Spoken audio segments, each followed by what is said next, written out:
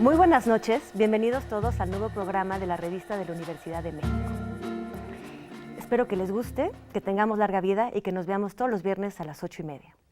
Este mes, la revista se ha preguntado en torno al tema de la identidad. ¿Quién soy yo y quiénes son los demás? No solo esta cuestión es difícil de resolver y pasamos la vida intentando responder a esto, sino también existe la cuestión de la mirada del otro. ¿Cómo nos ven los demás? ¿Qué mostramos nosotros a los demás? Quizás qué ficción de nosotros mismos representamos a lo largo de nuestra vida.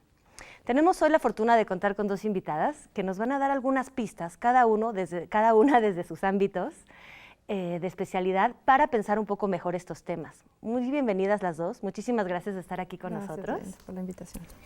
Quisiera empezar con Laura Martínez, que nos platiques un poquito las experiencias que has realizado con los primates en Japón y en Corea. Claro que sí. Gracias, Yael, por la invitación. La investigación que llevé a cabo en Japón y posteriormente en Corea del Sur tiene que ver con la cuestión que también todos nos hacemos de dónde venimos y quiénes somos en comparación con otros animales. ¿Cuál es la frontera? ¿Qué hace de nosotros humanos diferentes de otros animales y especialmente de otros primates no humanos, y en especial de una de las especies más cercanas al hombre, que son los chimpancés? En esta investigación, el tema de la identidad y del reconocimiento individual era un tema central para entender en qué momento es que los humanos nos distinguimos de los chimpancés en nuestra construcción de la identidad y cuál es la base común que tenemos.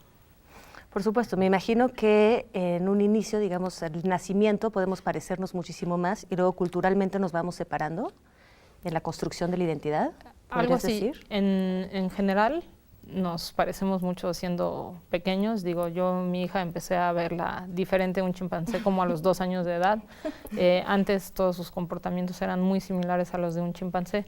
Entonces, justamente es ver en este proceso de humanización en qué momento el lenguaje, algún tipo de pensamiento conceptual nos hace distinguirnos de nuestros primos más cercanos, que en este caso son los chimpancés.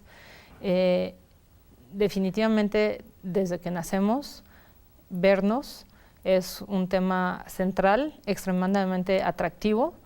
De hecho, no solamente para el bebé, sino para la mamá. Si te fijas tanto en los humanos como en otras especies, el tiempo que pasan viéndose un bebé y una mamá es increíblemente largo. Y agradable. Y agradable. Claro que sí. E interesante. De hecho, el bebé, digo, ambas ustedes son madres, el bebé tarda un tiempo en reconocer que es un ser distinto y aún más tiempo en reconocerse en el espejo. No sé si las especies de primates también pasen por este proceso. Así es, también pasan por ese proceso. En un inicio nos consideramos como un solo individuo entre la mamá y el hijo, y ese proceso de separación ha sido estudiado tanto desde ámbitos de psicoanálisis, pero también en psicología, las diferentes fases de desarrollo que te permiten primero focalizar la información visual, porque cuando un bebé nace no ve mucho. No, entonces, tienes que discriminar entre colores, formas, caras. Así es, y lo primero que ves, y lo que más seguido ves, es la cara de tu mamá. Entonces, hace sentido que nos volvamos grandes expertos y especialistas, y lo vamos desarrollando con la edad, en reconocimiento de cara. Una de las más grandes capacidades cognitivas que tiene el ser humano, y lo compartimos con otras especies en memorización visual y en discriminación visual, es la de las caras. Ni siquiera nos damos cuenta de lo expertos que somos y de la enorme capacidad que tenemos de reconocimiento de caras y de memorización. Y eso obviamente empieza con la cara de tu mamá, que pasas horas y horas viendo, y hay estudios que demuestran que tanto en humanos como en otros primates hay un interés desde el nacimiento por las caras. Las caras son más interesantes que cualquier otro objeto alrededor. Las caras serían un poco el tema de estudio que tú manejas, Mónica, o por lo menos manejaste en una larga investigación que hiciste en este libro que culminó en el título A través de la máscara, una historia del retrato mexicano. Se centra en las caras, ¿no? La identidad de los sujetos que se fotografían se reconoce o por lo menos se vehicula a través de la representación del rostro. Pues sí, tradicionalmente el retrato era para realmente retratar el rostro, ¿no? Una definición tradicional de retrato pues está asociado a un sinónimo de rostro, ¿no? Los rasgos, poderlos capturar, aprender, y es esta relación que tenemos con querer, o sea, todos los seres humanos, de tener una imagen de cómo nos vemos, cómo nos vimos, cómo nos ven. O sea, es una necesidad de reconocernos y de también tener una imagen de nosotros mismos en imagen. Entonces, el retrato siempre estará asociado, digamos, al rostro, quizá también a capturar su belleza, y sin embargo, al mismo tiempo, el retrato contemporáneo digamos, es un cuestionamiento mucho más profundo sobre la identidad, en el que el retrato ya no está relacionado directamente al rostro, sino es a su disolución. Y en este cuestionamiento sobre la identidad, se están cuestionando incluso la misma frontera del retrato, dónde empieza y dónde termina. Claro. De hecho, la obra misma puede ser retrato también del fotógrafo, en algún momento. Sería, digamos, una parte de ese retrato, pues es el autorretrato y es una confrontación con uno mismo. Entonces, en ese ejercicio, pues es también decir cómo me quiero ver y si lo logro a través de la imagen. Y al mismo tiempo la imagen te da una realidad alterna que va más allá de decir, bueno, si es o no una verdad, ¿no? Lo que estoy viendo ahí de mí mismo. Claro. ¿Los primates también reconocen imágenes? ¿Se reconocen en imágenes? Sí, se reconocen en imágenes y también tienen esa misma atracción por las caras y también son especialistas en reconocimiento de cara, pero obviamente son más especialistas en reconocer caras de chimpancés, en el caso de los chimpancés, que de humanos, a no ser que seas un chimpancé que haya crecido entre humanos, en cual caso puedes desarrollar ambas expertise. Esta expertise de reconocimientos de cara está muy ligado a la experiencia, aunque hay alguna base, digamos, ontológica de reconocimiento, sí es muy ligado a la expertise. Hay dos efectos muy conocidos en reconocimientos de cara. Uno de ellos es que reconoces mejor a individuos de tu especie que a individuos de otras especies. O sea, si te pongo 10 fotos de chimpancés y 10 fotos de humanos, vas a memorizar y discriminar mucho mejor las de humanos que las de chimpancés. Y asimismo hay otro efecto también que ha sido muy estudiado que se llama el efecto de otras razas, Other Species Effect en inglés, que significa, establece que, por ejemplo, si creces en México, vas a reconocer mejor los rasgos típicamente mexicanos que los asiáticos o que los africanos, y también les va a pasar lo mismo. Entonces, hay esa expertise es algo que compartimos con otras especies de primates. En el desarrollo del bebé, ya sea humano o primate, ¿es en una etapa del desarrollo que esto sucede? Porque de adulto puedes reintegrarte, por ejemplo, a una sociedad de asiáticos y poco a poco, por ejemplo, aprender a distinguir, a discriminar mejor entre los rostros. Sí, de hecho es un mecanismo muy flexible y te puedes volver experta en discriminación de otro tipo de caras o de otra especie. Por ejemplo, si te vuelves primatóloga y empiezas a convivir con muchos chimpancés, pues al principio se te van a hacer todos idénticos y poco a poco vas a desarrollar esa expertise. Entonces tenemos mucha flexibilidad cerebral en ese sentido. Esa adaptación a poder reconocer la gente con la que convives. Exactamente. Y es algo que no pudiera aplicar a cualquier otro tipo de objeto que no sean los rostros, porque se ha demostrado que en los humanos, y también hay estudios, es más difícil demostrarlo, pero también hay estudios en otras especies que muestran que desde el tratamiento más primario de la información visual tenemos centros especializados en las caras, específicos para las caras, porque es pues una competencia que necesitamos tener muy desarrollada y que hace que puedes ver un rostro una vez, no sé, pasando en el metro, y 10 años después vuelves a ver a esa persona y dices, ya la he visto. Eso es meramente reconocimiento visual, no estamos hablando de identidad. Para hablar de identidad se tienen que mezclar otros atributos con el de la cara. Otro que es muy importante en los humanos es la voz. Y probablemente porque hablamos con nuestra boca está sobre nuestro rostro, y los humanos nos encanta pasar horas y horas viéndonos a la cara hablar. Entonces asociamos mucho nuestra voz a nuestra cara, y eso ha desarrollado en nuestro cerebro centros de tratamiento de la información audiovisual, voz, cara, muy tempranos. Entonces inmediatamente, en cuanto y a él me habla por teléfono, inmediatamente se me activa su cara en el cerebro, aunque no le esté viendo. Y también se desarrollan por ahí otros conceptos de identidad. Por ejemplo, no me acuerdo del nombre de una persona, no me acuerdo cómo se llama, pero en el momento en que escucho su voz, como que se me activa todos los centros integrados de información que tienen que ver con su identidad, sus pasos, su olor, su boca, algunos rastros muy importantes, sus ojos, su nombre, todos esos están vinculados, y obviamente los encontramos en el interés estético que tenemos por los retratos de nuestra identidad, ¿no? Creo que nos va quedando claro que la identidad, incluso de un rostro, viene asociada con muchísimas otras cualidades, muchísimas otras conexiones que no forzosamente están presentes en el momento en que ves el rostro, pero sí están presentes en la capa cognitiva, quizás, en la capa de comprensión del rostro. Nos vamos a ir a una pausa y vamos a regresar a pensar en el retrato, precisamente a partir de este punto.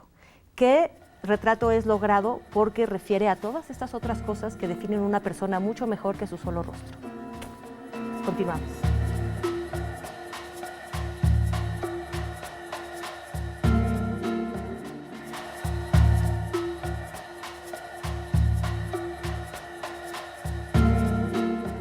Estamos de regreso en esta exploración de la representación de la identidad y la lectura de la identidad a través de su representación. Mónica, decíamos hace rato que el retrato también, y que incluso el reconocimiento de una persona, de su identidad, implica algunas otras construcciones invisibles, algunos otros datos. Y me viene a la mente, tú que eres especialista en retrato, la foto del IFE. La foto del IFE no podríamos considerarla, yo creo, un buen retrato. No dice casi nada de nosotros, si no vienen algunos otros datos abajo, como mujer, de tal tamaño, ¿no? de tal nacionalidad. ¿Qué es lo que se muestra en un retrato para ir más allá de esta foto un poco plana de la identidad? Digamos, cualquier retrato o cualquier imagen, en el caso del retrato de identidad, pues es un acuerdo, es una convención, ¿no? Que decimos, el retrato de identidad tiene ciertas características. Este retrato, digamos, lo inventó Alphonse Bertillon en Francia, con la idea de hacer una imagen lo más objetiva posible de una persona, donde sus rasgos resaltaran, con una luz homogénea, con cierta distancia, con un encuadre de frente, con la idea de que el rostro se vea de la mejor manera, de manera objetiva, para tener de manera un retrato oficial, digamos, pero eso finalmente es una convención, ¿no? Un acuerdo, y a la fecha que lo seguimos utilizando, pues estamos dándole ese poder y esa verdad en un contexto determinado, porque nos conviene, ¿no? Sin embargo, cualquier retrato, como cualquier imagen, es una ficción, un artificio que lo estamos construyendo todo el tiempo. Nosotros mismos somos una ficción, ¿no? Nos estamos todo el tiempo representando en lo que creemos que somos. Entonces, a la hora de hacer un retrato, ¿cómo la gente se representa en lo que has estudiado? ¿Cuáles son quizás las técnicas, los ojos, el rostro, los objetos? Pues digamos, el retrato, uno busca una imagen lo más apegada a nuestra propia idea de lo que creemos ser, ¿no? Y que eso se refleje en una imagen, ¿no? Sin embargo, pues a veces es el resultado, hasta nos sorprende, porque nos puede sorprender para bien o para mal, en el sentido de que saliste mejor de lo que creías, o dices, caray, esa soy yo, entonces, pero si no eres tú, ¿quién eres, no? O sea, es decir, tiene esta magia, el artefacto, ¿no? El dispositivo fotográfico de darte un reflejo de ti misma, a veces mejor o peor de lo que uno puede creer. Pero cuando uno está siendo retratado, con la conciencia de estar siendo retratado, hay un pacto con el fotógrafo, ¿no? Es decir, yo te dejo que me observes y yo voy a tratar de sacar lo mejor de mí, o lo que yo quiero que se sepa de mí a través de mi propio rostro, de mi propio cuerpo.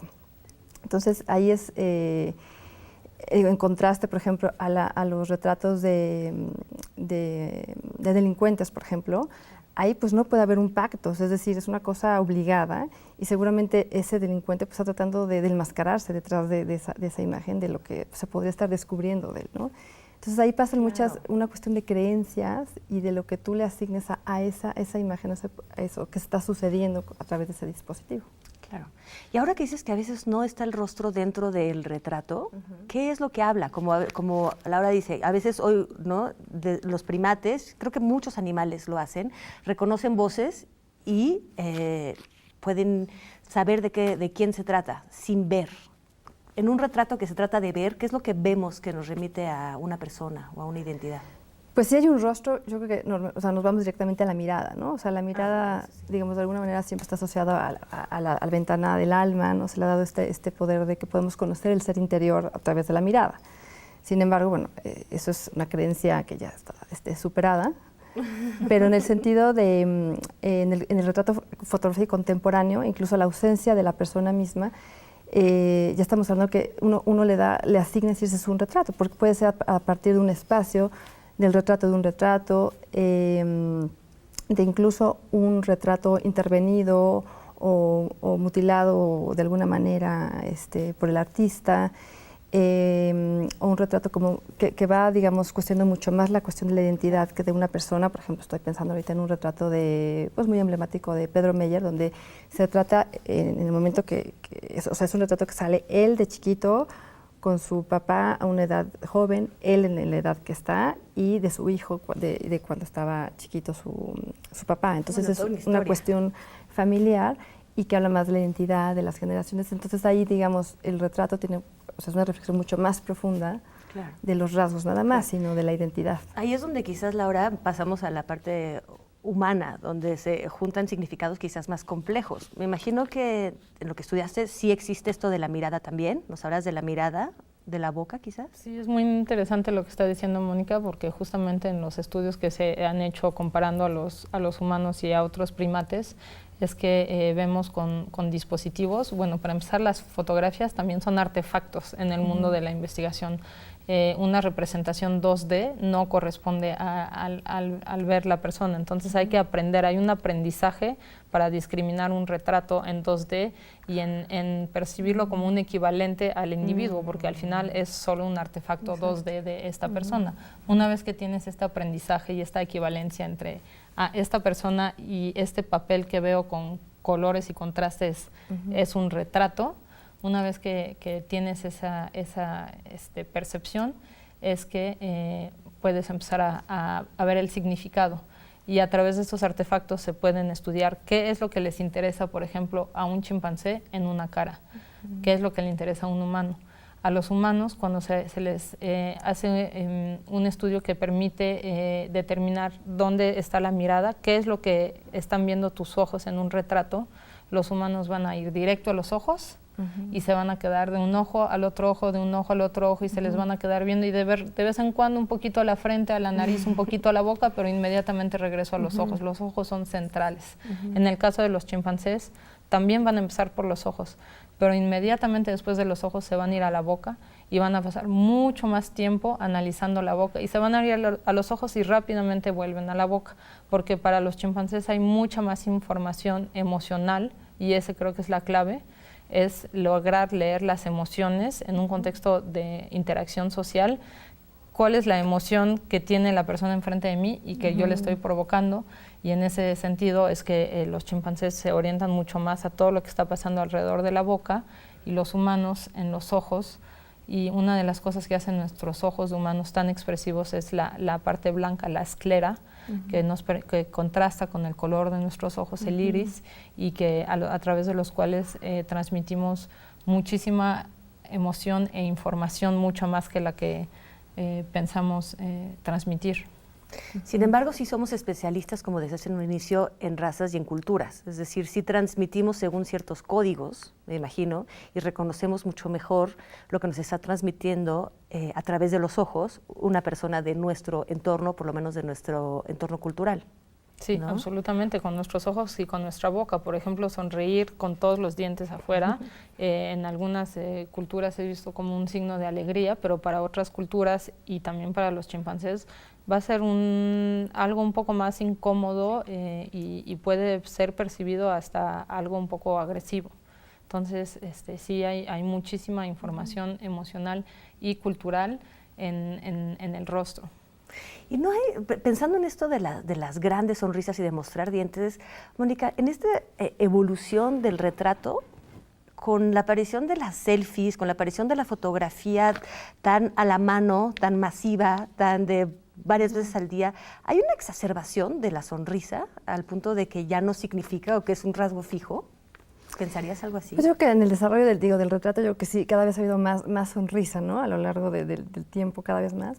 Y tiene que ver con una cuestión técnica, por un lado, de que pues ya se puede capturar el instante, cualquier gesto, cualquier instante de esa sonrisa. Y de pronto, pues ya con el tema de las selfies y demás, yo creo que ya no solamente la sonrisa, sino en sí mismo el retrato de repente ya pasa de ser, es como un mensaje más, ¿no? Que ya no tiene ese peso de decir un retrato para el recuerdo, para la memoria, para capturar y congelar un instante que acaba de suceder, sino acaba siendo un mensaje más, ¿no? O sea, se pierde un poco su significado actualmente, me parece, el retrato en redes sociales, por ejemplo, en esta práctica. Al final, pero con las selfies sí estamos tratando de decir algo de nosotros mismos, ¿no? Quizás no tanto reconozcan mi rostro como estoy, sino más quizás el entorno, dónde estamos y qué estamos haciendo, más bien, sí se vuelve más importante el entorno que la cara, quizás. Sí, o sea, quizás es decir, en qué situación estás, qué está pasando. Es un mensaje más que va más allá de tu propia identidad, ¿no? De lo que quieras decir de ti mismo como persona, ¿no? Sino es más de un contexto en el que estás. Me parece que por ahí va esa práctica, digamos, a través de las redes sociales. Interesante, interesante. Y también me parecería que en este mundo tan visual de fotografías de tu Facebook, retomando el tema de que las caras son tan atractivas de forma primitiva para todos nosotros, si pones una cara en una foto, a lo mejor te vas a parar, aunque es una persona que ponga 10 selfies por día en su Facebook, el hecho que haya una cara va a hacer que a lo mejor la vas a ver un poco más. Entonces estamos jugando en este mundo virtual de la sobreexageración de la imagen, en el hecho que una cara te agarra y siempre te va a agarrar. Es un hecho comprobadísimo, ¿no? Cuando ponemos una foto de uno mismo o de alguien, hay más likes. Porque yo creo que de fondo el retrato, sea contemporáneo o antiguo, cualquiera que estemos hablando, el retrato para mí puede definirse como la promesa de una revelación, ¿no? O sea, siempre estás esperando qué puedes encontrar en ese rostro, ¿no? O sea, hay una revelación siempre potencial. ¿Es un misterio y una promesa? Exactamente. Puede ser. Ajá, una promesa y una revelación. Sí. Hablando otra vez de la proliferación de las imágenes de rostros en las computadoras, en las redes sociales, no sé si nos va a dar tiempo a hablar, creo que está terminando el programa, del reconocimiento facial que ahora tienen no solo los primates, los humanos, sino que están desarrollando las computadoras y que nos van a dar una identidad, que nos asocian a una identidad de datos, ¿no? Alrededor de un rostro, ¿no? En una red. ¿Crees que esas redes neuronales, tú que has estudiado más los aspectos cognitivos, usen algo común a todas las especies? Claro, de hecho estas redes informáticas se están desarrollando tomando como modelo el cerebro humano. Ya somos una red neural de reconocimiento. Nuestra identidad se divide en una gran cantidad de centros adentro de nuestro cerebro que se van ir prendiendo, si quieres, y que se van también desarrollando con base en toda la información que vas adquiriendo sobre una persona. Una persona que te es muy familiar vas a tener una cantidad de datos que activan su identidad de la misma forma que lo pudiera hacer una computadora, mucho más importante que una persona desconocida que simplemente se te va a ir a tu cajón de caras y que los vas a compilar de una forma impresionante, porque es interesante pensar ¿por qué tener toda esa información inútil de cierta forma de caras que has visto una vez en tu vida? Pues mejor olvídala y deja el espacio para algo más útil. Pero sin embargo tenemos esa capacidad y creo que el mundo de la informática se está basando en algo que ya existe dentro de nosotros. Está aumentando todo este archivo, está haciendo esta capacidad que a veces podemos pensar inútil, haciéndola más grande y seguramente le van a sacar algún tipo de utilidad. Eso nos lo dirá el futuro. Muchísimas gracias a las dos. Creo que nos queda mucho para pensar en las cuestiones de la representación, las cuestiones de cómo nos identificamos, cómo nos reconocemos entre todos y qué expresamos frente a una cámara, como ahora que me despido de ustedes. Muchísimas gracias por acompañarnos. Nos vemos el próximo viernes a las 8:30 en el programa de la Revista de la Universidad de México.